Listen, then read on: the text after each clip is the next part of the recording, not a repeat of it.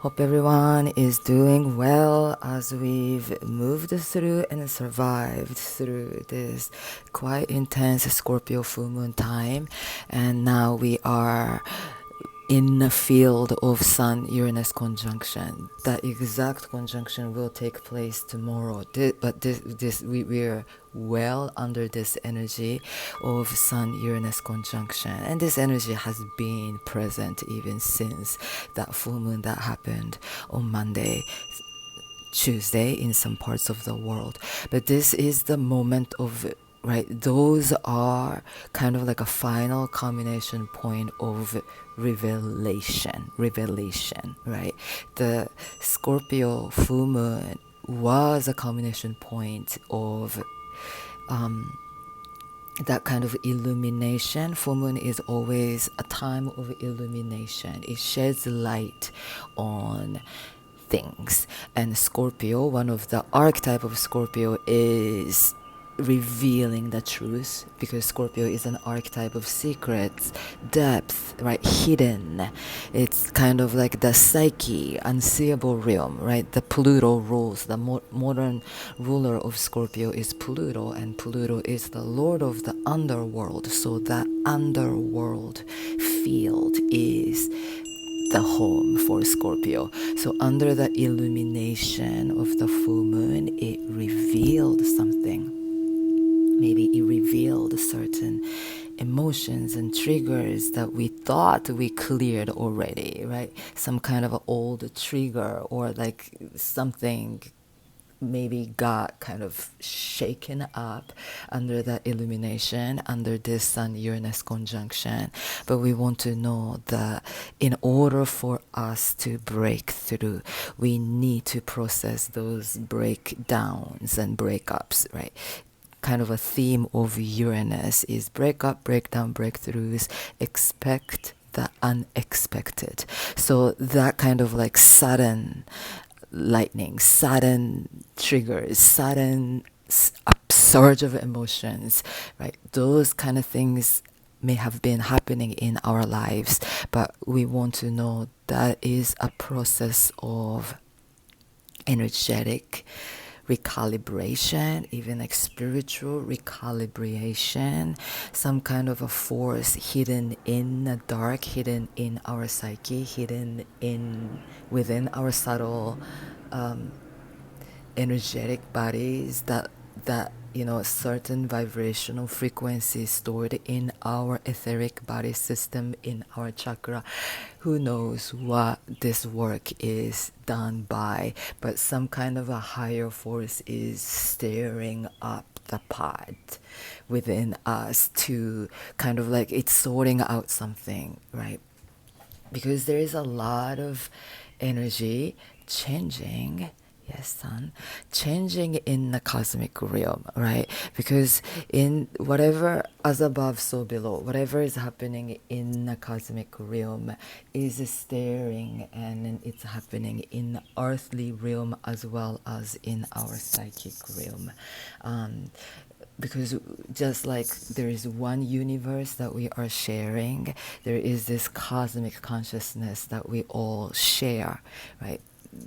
Deep within my psyche, there is cosmic consciousness, and my cosmic consciousness is nothing different from your cosmic consciousness. It is the collective consciousness that I call cosmic consciousness. But whatever is happening in the cosmic space, we know deep within us, because we are inseparable, right? And cosmic forces, the energy of the cosmic force is all about change, right? Those outer planets speak to our psyche, is shifting into a new sign that is all about change, initiation, new direction, new movement. And then with this Uranus and Sun meeting in for the final time in Taurus, it is concluding one chapter that started in 2018, because Uranus has been in Taurus since 2018. Neptune ingressed into Aries at the end of March, on March 30th. Okay, son. let's move a little. Okay, Neptune moved into Aries on March 30th this year, and then it is like concluding. It is in the process of concluding one chapter that started in 2011, 2012, because that's when Neptune ingressed into Aries, right? And Saturn is about to ingress into Aries next week on May 24th. And that is another conclusion point of the past two and a half years or so that Saturn has been in Pisces. And then Uranus, I said Uranus, but Uranus will ingress into Gemini on July 7th. I don't know, right? This is like big ending point, melting pot of the ending point and beginning point is happening now in 2025 and 2026. And then within, we are in this portal where the in-between space of the old world and the new world, old chapter, new chapter, old self and new self. And then one of this Sun-Uranus conjunction energy is we want to use this energy to really surrender in a way. Uranus is the Uranus to me is kind of this untamable force. It's a very futuristic, innovative force of acceleration and evolution and change and outside the norm, outside the box, right? Uranus hates to stay stuck in the old or old tradition, old norm, old rules. Uranus is like, no, I'm going my own way, right? Uranus is the rebellious one. Uranus is the planet of revolution and evolution and power to the people and all that. Now, Uranus is this authentic, unique archetype, right? Authenticity, individualistic authenticity, right? We each hold very unique color. There is no other color just exactly like our own color. So own that uniqueness and own that power that lies within that uniqueness. That's that Uranus, right? So when this Uranus is being illuminated with the conjunction of the Sun is the ultimate illuminator, who is the Almighty One, who holds this immortal archetype, eternal archetype. It's the source of all life. And in Uranus is being revitalized with this conjunction, and we want our unique, authentic self to be revitalized under this energy. And then one of another very important energy that is aligning with this Sun-Uranus conjunction that we are under is the fact that Saturn is at 29 degrees of Pisces. Saturn is moving through this final degrees of Pisces and preparing to dip in for the first time into Aries in 29, 30 years. Saturn has its own cycle around the sun. It takes about 29 years or so. And then the Aries is always the beginning point of the zodiac wheel. So Saturn is ending one story that started in late 90s. Saturn was last time in Aries around 1996 to 1998 or so. So we are returning back. We are resetting one chapter that started in 1996. Some of you weren't maybe born yet, but whatever that was happening around that time, any trauma, early childhood trauma, any triggers that happen around that time, and we want to kind of like put an end to that trauma. Yes, that had happened and that shaped my personality maybe up to this point. This is the reset point. I am choosing not to let that trauma to hold so much power over me. it's a choice, right? Because it's all the trauma is in the memory, in our mind. So the more that we deepen our connection to our spirit can only exist in the here and now, eternal here. So the more that we tune into the highest frequency vibration of truth, which is now, certain density of the past can start to shift, right? It can go through its own metamorphosis, and it can turn back to light, rather than letting that darkness to keep living within our field, right? Anyway, Pisces 29 degrees is a very powerful degree, which is, to me, 29 degrees of Pisces is like a portal, open portal, that between life and death, between what is seen and what is unseen, between what is intangible and intangible, what is this life and the past life, what was and what is and what will be. It's all kind of like melting and fusing into each other. 29 degrees of Pisces is that multi-dimensional realm. It's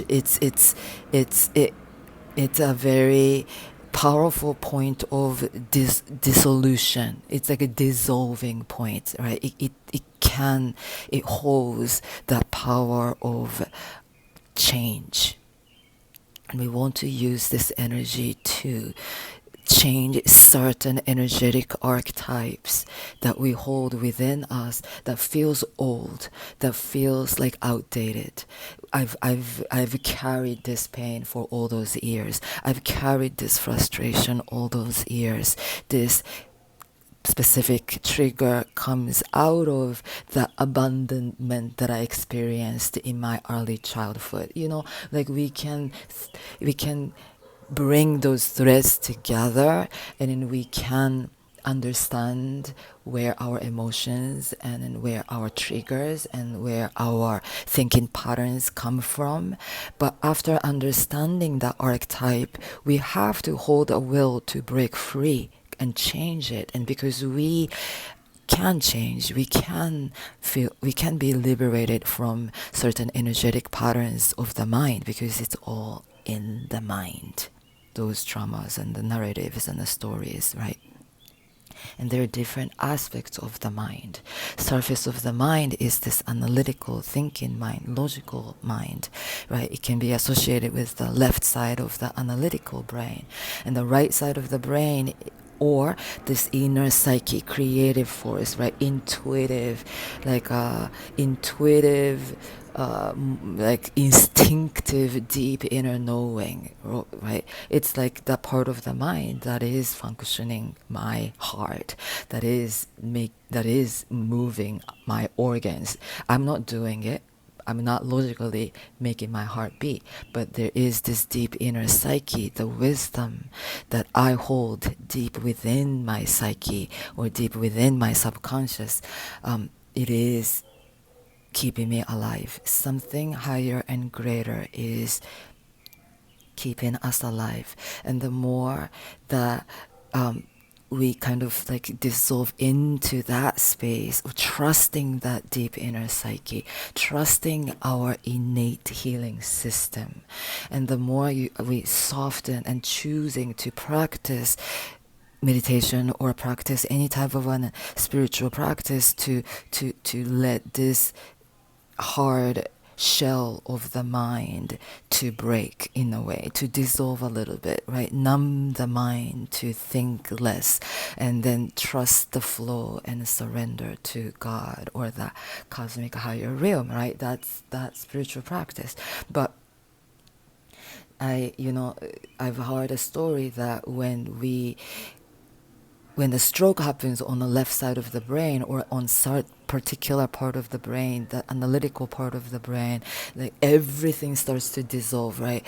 My hand and the wall, or me and this other thing, like everything starts to blur in together. Everything starts to dissolve in together. To me, 29 degrees of Pisces is that point, that it's the emergence. Without that left analytical part of the brain functioning, everything within this universe merges together into one. Energetically, that is our reality. Energetically, we are inseparable. Everything is energy. Then everything is inseparable. Everything is together. Me, you, this, table, cat, everything. Me, the universe, the stars, infinite. Everything is inseparable, and we are communicating with one another because we merge into one, right? With Saturn being in this position, we really want to let this energy to dissolve certain illusions of separation, illusions of like separations and the resistance and dualities and all that battle that we create in our mind. And as Saturn moves into Aries next week, so we have a whole week we can use this energy to work and reshape ourselves, right? Let our identity to dissolve. Whatever we've categorized ourselves as, whatever we've labeled ourselves with, those names, archetypes, like I'm like this, I'm like that, I'm like this, I like this, all are labeled, created by our own left side of the brain. What if I drop all of those labels? What if I choose to be this clean slate? What if we choose to let go of all the ideas of life, all the rules, norms, the ideas of happiness, ideas of how we're supposed to live, ideas of money, ideas of survival, ideas of relationship, all of it. What's gonna happen if we kind of like, I feel like a lot of all those rules and norms and ideas about life are not really serving us well, right? We are all struggling if we feel like we are not meeting certain of those categories. I don't have this, I feel like I'm undervalued. If I don't have this, I'm like struggling to get it because blah blah blah blah blah, right? It's all an illusion. It's all a trap. And we want to kind of like come out of that trap this week, because those are the burdens and the weights that we don't necessarily have to carry, right? So under this energy, I just wanted to talk about that 29 degrees of Pisces is a very important, powerful time, powerful energies. And even after Saturn ingresses into Aries, and then this is another thing, right? Saturn is meeting up with Neptune. Saturn and Neptune meet up together every 36 years. I've looked up 36 years before. Last time 36 years when Saturn and Neptune came together was late degrees of Capricorn in 1989. The fall of the Berlin Wall, right? The Soviet Union and the Russia, like all the structure, power structure, because Capricorn is all that related to that kind of a government and border lines and borders and all that.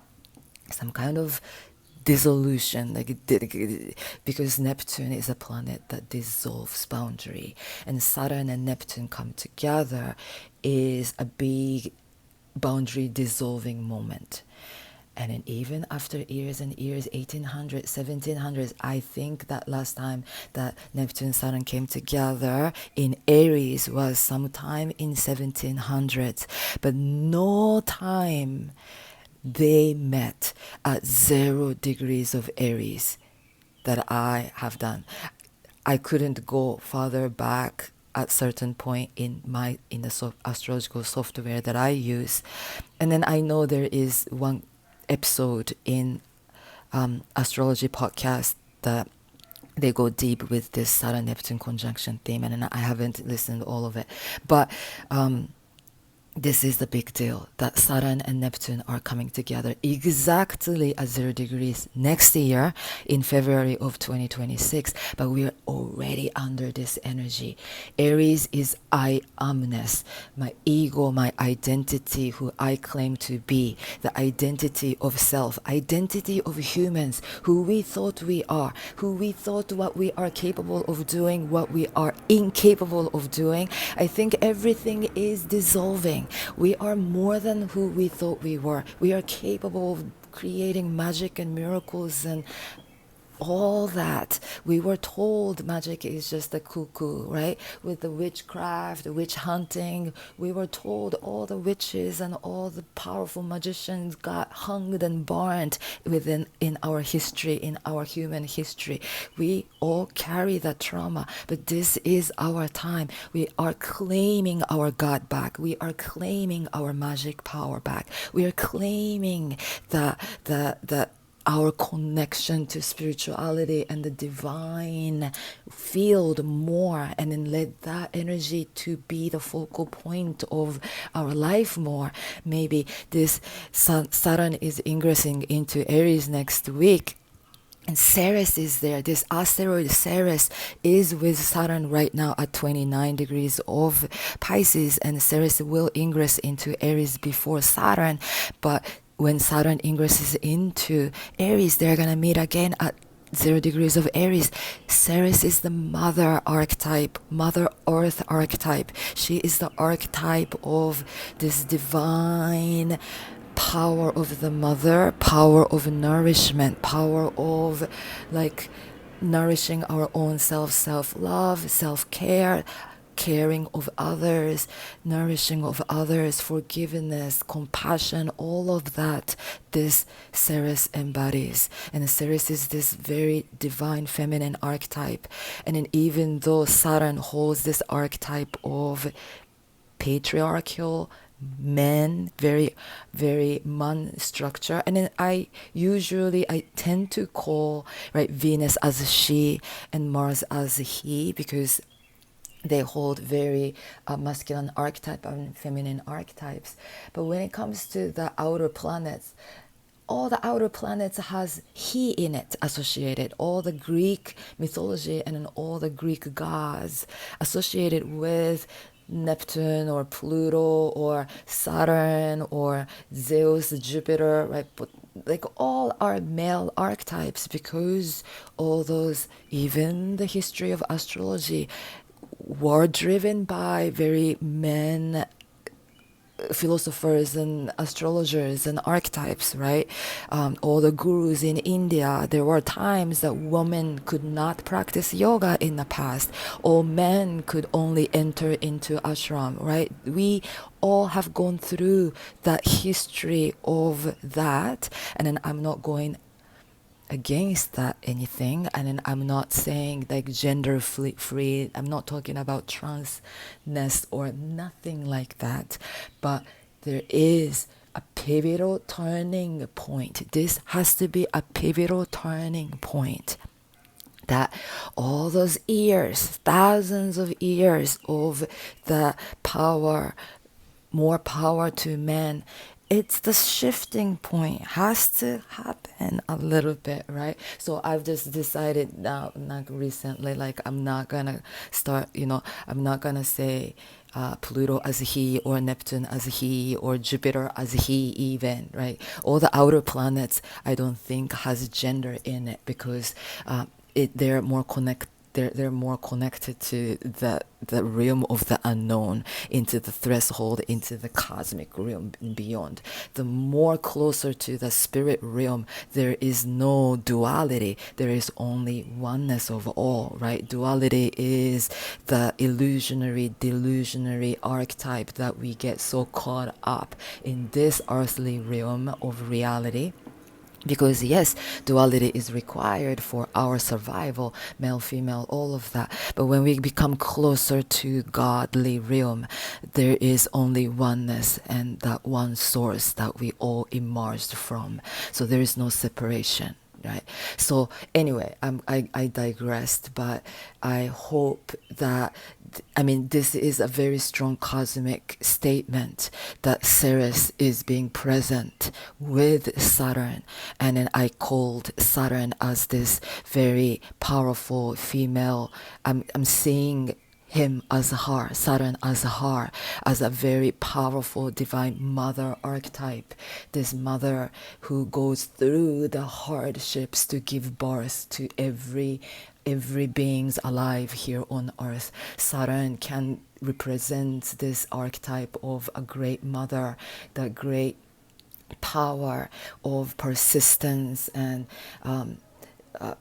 persistence and how you say resilience, or like a big open heart which chooses to love rather than fight back, or rather than fighting against, or rather than approaching to get to the top, or approaching to get to somewhere. That archetype of keep, right? What is our dream? What is our dream? I mentioned the dream, but and then we all talk about, right, since the childhood. What is our dream? What is our dream? What's your dream? What's your dream? What you want to be? We're always approaching and trying to get to somewhere, but this is a time that we want to realize this is our dream.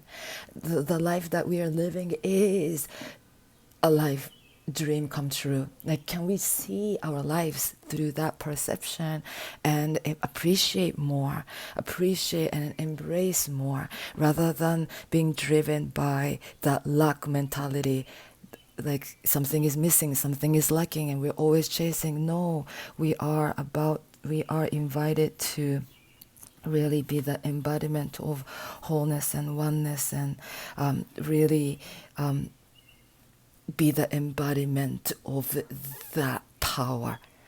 All that is lacking is a part of me, and then I claim it, and that is the beauty of who I am. How about that? Right? That is the uniqueness of I amness. And then I choose to stand strong in it without feeling that I'm missing and I'm lacking and I'm not good enough, or none of that.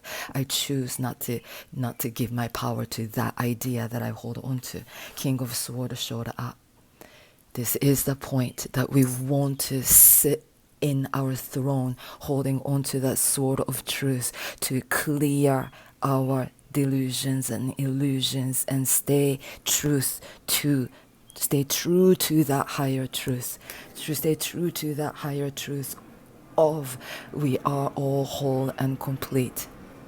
Yes, craziness is going on. The world is repeating the past repetitive patterns of war and this and that. All the archetypes of the cosmic energy present right now is indicated, is, yes, there's a connection to World War One, there's a connection to World War Two, blah blah blah blah blah, civil wars and all that kind of crazy shit that we did. And yes, the world may be repeating the patterns, but on the individual level, we do not have to repeat. The more that we individually break certain patterns, break those chains that I'm like wrapped around with in my mind, and this karmic repetitive cycles of my mom, or my dad, or my grandma, or the lineage cycles, and we chose this lineage and these timelines to be alive, to heal something, to break free from something. And with that individual work, I truly believe that we can break the chain of the collective repetitive cycles too. Yes, all work starts within, here and now, in each of us. So may we choose to use this energy to keep expanding our awareness, keep diving into this portal of this 29 degrees of Pisces, to dream, to be a powerful visionaries, and to live in the frequency vibration of that truth of love, of that eternal bliss and love and unconditional connection to that higher force and the cosmic source, where we all came from, where we're all returning back to. We're all one. We are all one. When we all connect to that, we know, we're inseparable. Anyway, let us see ourselves in that inseparable cosmic field within this crazy world which holds such strong tensions of separation, of borders and boundaries and all the crazy place. Anyway, thank you so much for listening. Wishing you a beautiful, powerful, empowering transformation through this Saturn in that very last degrees of Pisces. Yes. Dream, dream, dream, dream big. Peace. And dream big and live big now. I don't know if that's making sense. Peace. Thank you.